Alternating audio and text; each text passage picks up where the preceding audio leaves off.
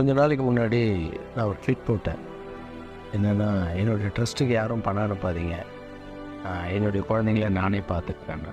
அதுக்கு காரணம் என்னென்னா, நான் டான்ஸ் மாஸ்டராக இருக்கும்போது ட்ரஸ்ட் ஆரம்பித்தேன். ஒரு 60 குழந்தைங்கள வீட்டில் வளர்க்குறது, மாற்றுத்திறனாளிகளுக்கு வந்து டான்ஸ் சொல்லிக் கொடுக்குறது, ஓப்பன் ஹார்ட் சர்ஜரி பண்ணுறது, எல்லாம் டான்ஸ் மாஸ்டராக இருக்கும்போதே பண்ணேன். அப்போ அவ்வளோ பண்ண முடியாது என்னால். ஸோ அதால் மற்றவங்களுக்கு உதவி நான் கேட்டிருந்தேன். இப்போ பார்த்திங்கன்னா ஹீரோ ஆயாச்சு. ஸோ வருஷத்துக்கு 2 வருஷத்துக்கு ஒரு படம் தான் பண்ணுவேன். இப்போ பார்த்திங்கன்னா வருஷத்துக்கு 3 படம் பண்ணுறேன். நல்ல பணம் வருது. எனக்குள்ளேயே ஒரு கேள்வி, உங்களுக்கு நல்லா தானே பணம் வருது, ஏன் மற்ற கேஸை வாங்கி பண்ணணும், நீங்கள் பண்ணலாம்ல அப்படின்னு.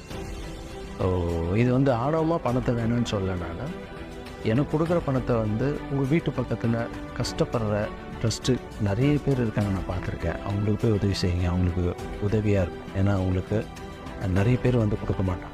நான் எவ்வளோ சொன்னாலும், இல்லை உங்கள் கூட சேர்ந்து நாங்கள் உதவி செய்யணும்னு ஆசைப்பட்றோன்னு நிறைய பேர் சொல்கிறீங்க. ஸோ அதுக்கு ரொம்ப சந்தோஷம். கஷ்டப்படுறவங்க யாருன்னு நான் காமிக்கிறேன். நீங்களே போய் உங்கள் கையால் பண்ணுங்கள். அது மிகப்பெரிய ஒரு சந்தோஷம் கிடைக்கும். Thank you so